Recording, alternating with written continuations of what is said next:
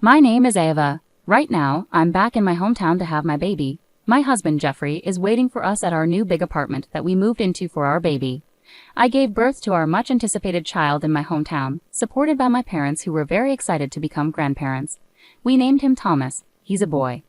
When I told Jeffrey that Thomas was born, he texted back, "Congrats on the baby. Why don't you take it easy for a bit?" His message seemed a bit short to me. I thought he would be more excited since it's his son too. Jeffrey didn't even ask for a picture of Thomas and quickly ended the conversation. I figured he must be busy with work and didn't ask him anything else. A few weeks after giving birth, I decided to return to the apartment where Jeffrey was waiting. I didn't want to take public transportation, so my dad agreed to drive me. I was excited to finally show Thomas to Jeffrey. Holding Thomas and with my dad carrying the luggage, we headed to our apartment where Jeffrey was supposed to be waiting for us. Today is Sunday, so Jeffrey should be home. He's the type to stay indoors unless he has something specific to do. As I unlocked the front door, I heard quick footsteps inside. I knew right away those weren't Jeffrey's. He doesn't usually move so fast. To my surprise, my mother-in-law rushed out from the living room. I don't get along well with my mother-in-law. She often makes passive-aggressive comments when she sees me. When I visit the in-laws with Jeffrey, and he and my father-in-law aren't around, she often says things like, "Still working full-time even though you're a wife? No one thinks a working wife is attractive. You should quit your job soon," without even knowing about my job. She also says, "Your chores are neglected because you're working. Aren't you making Jeffrey help with chores too?" A wife should help her husband with everything, from changing his clothes to other tasks, making unrealistic demands. One day, Jeffrey overheard one of her remarks, but he only said, "Both of you get along, please." He seemed to think my mother-in-law and I were having a mutual argument, not realizing I was being unfairly criticized. Jeffrey knows I'm not comfortable around his mother. I'm sure she knows I don't like her either. That's probably why she chose to be here when I returned from my hometown after childbirth. As proof, my father-in-law isn't here. He's always been considerate, saying, "Ava must be tired of seeing her in-laws all the time. We'll keep our visits to a minimum." If he were here, he would probably just look at his grandchild and then leave. However, without my father-in-law, who usually keeps my mother-in-law in check, the situation was different. My mother-in-law immediately started comparing me to my newborn, Thomas, in my arms and sneered, "I thought I'd never see a grandchild while I'm still alive, since you've been working all this time. I wonder when you had time to have a child with another man." I was taken aback. Her first words were so harsh. My dad, who was carrying the bags, wasn't at the front door yet, so to my mother-in-law, it probably looked like I had returned alone. She thought we were alone and started venting. "Mil, why would you say such a thing? This child is genuinely mine and Jeffrey's." "Oh really? Jeffrey actually had a child with you? You're not very good-looking, to say the least. You're stubborn about not becoming a housewife, even though you're married." "I find it hard to believe that Jeffrey would have a child with someone as unattractive as you," she said. "Why don't you ask Jeffrey directly then? I think he'd tell you the truth." "Well, I'm asking you. Whose child is this?" I sighed. I didn't know how to talk to this clueless woman. If this continues, she might even start speaking badly about my newborn. I decided to get her to leave quickly. Mil, I'm tired from giving birth. If you want to see your grandchild, could you please come another day, preferably with my father-in-law?" "Huh, what are you talking about? My home is here." I frowned, puzzled by my Mil's statement, but she looked confident. "I'll be living in this high-rise apartment, so there's no use trying to kick me out. In fact, I'm the owner now. If you go against me, you'll be the ones who get kicked out." I sighed again. Her reasoning was so confusing that I started to question if she was actually wiser than me, despite being older. "This apartment is where Jeffrey and I originally lived. You're not paying any rent, so you can't claim to be the owner." Yet my mother-in-law remained confidently unapologetic. "The owner of this apartment is Jeffrey. He's the one who allowed me to stay here in this high-rise. He essentially transferred authority over this place to me." "Do you really think that argument holds water? The main support of this household is Jeffrey. Therefore, as Jeffrey's mother, I hold even greater authority here. A daughter-in-law and her child should occupy a lower position." My mother-in-law noticed my exasperated expression and chuckled loudly, as if she believed she had won the argument. "Daughters-in-law don't get their own rooms. If you want to stay, I might consider giving you a spot in the closet, but you'll need to pay $1,000 a month." "In that case, I'm leaving," I declared, turning to my father who was with me. "Dad, can I come back to our family home?" My father, who had heard all of my mother-in-law's cutting remarks, nodded decisively. My mother-in-law seemed completely oblivious to anyone else's presence, looking as startled as if she had been hit with a BB gun. But even with my father there, her determination showed no signs of faltering. "Going back to your parents is such a shameful thing.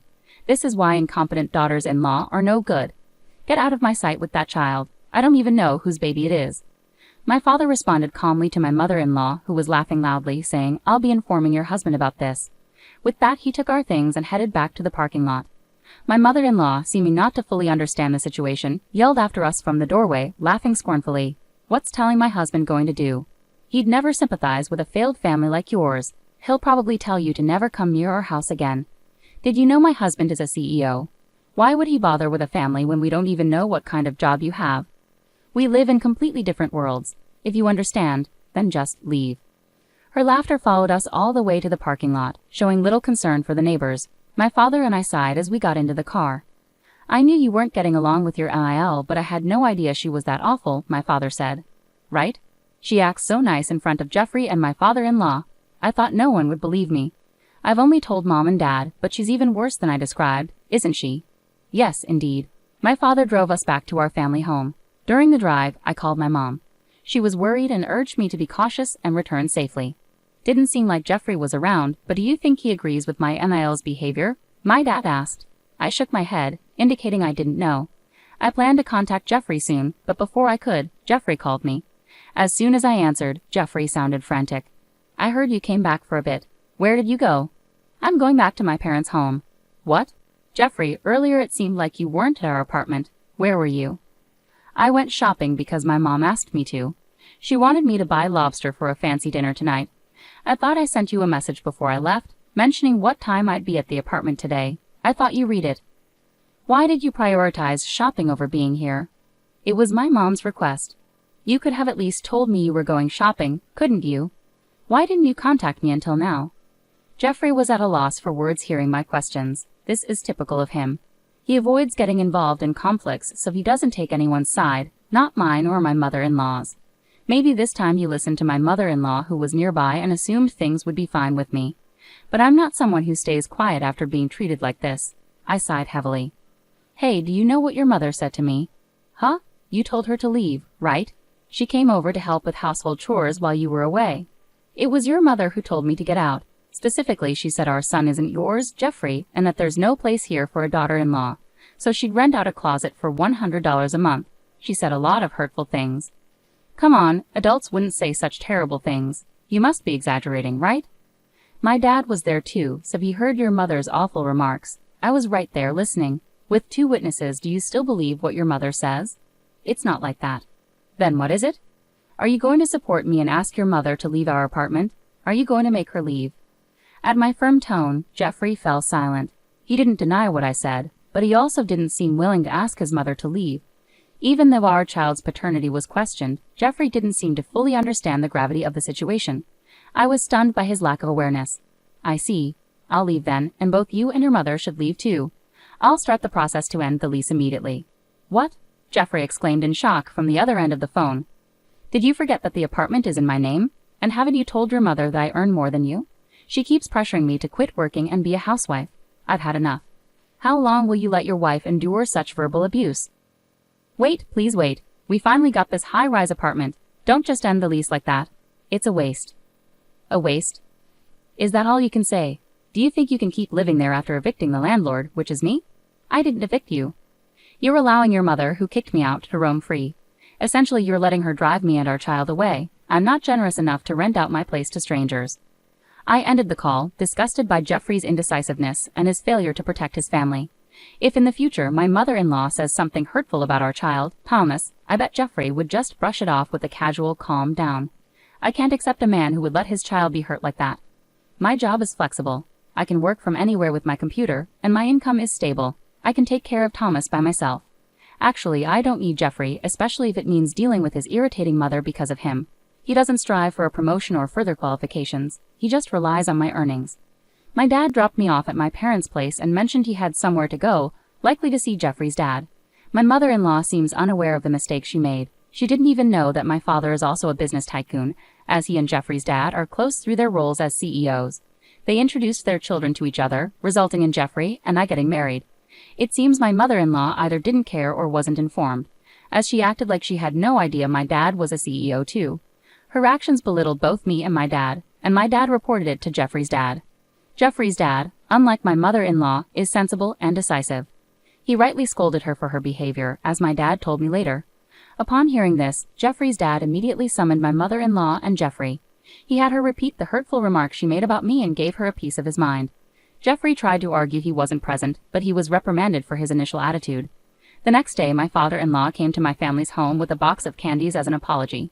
However, I couldn't bring myself to forgive them, so I declined the candies and asked them to leave. During this time, I terminated the lease of our apartment. Jeffrey and my mother-in-law needed to move out by the end of the month, so they went back to their family home. They kept apologizing, but I pointed out, "You're only apologizing now that you realize the consequences for yourselves," and sent them away. Meanwhile, my father-in-law remarked, "Your abusive language towards the daughter of another company's president may have cost us a big deal. I don't want a wife who lacks common sense like you," hinting at possibly serving her divorce papers. Jeffrey, who worked at his father's company, was warned, "We can't keep someone without ambition here. If you don't show improvement in 3 months, you'll either be demoted or transferred to a different position."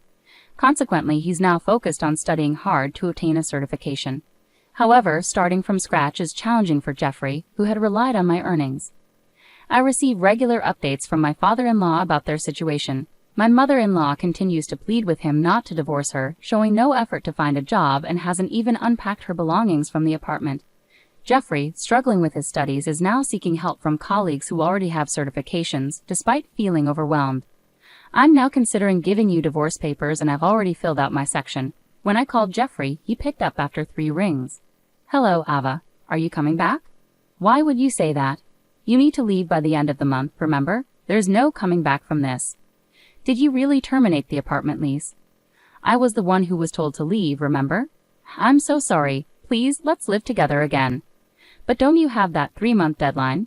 Either you'll be demoted or you'll have to change jobs. I can't keep supporting you. I can't see a future living with you anymore. I'll leave the divorce papers with your dad. Fill out your part." "Why divorce? I didn't ask you to leave." I sighed deeply. "It's true that you didn't kick me out of the apartment, it was your mother. But I'm upset that you didn't stand up for me against her. More importantly, the reason I can't see a future with you anymore is because you never once asked about our child. You didn't seem concerned about what our child looks like or how it felt to be told he might not be yours. When I told you about the birth, you didn't show any interest in our child. I don't feel any sense of responsibility from you as a father. That's why I can't imagine raising a child together with you." "What? Can't we ever reconcile?" I hung up immediately at his words. I don't want a father for our child who shows no interest in him. As planned, I gave the divorce papers to my father-in-law. After Jeffrey completed his part, the papers were returned to me and I promptly submitted them to the city hall. In the end, my mother-in-law got a divorce, and Jeffrey seemed to have been relocated to a place similar to Nebraska, moving from one relative's house to another. Currently, with the support of my parents and others, I'm giving all my love and attention to Thomas.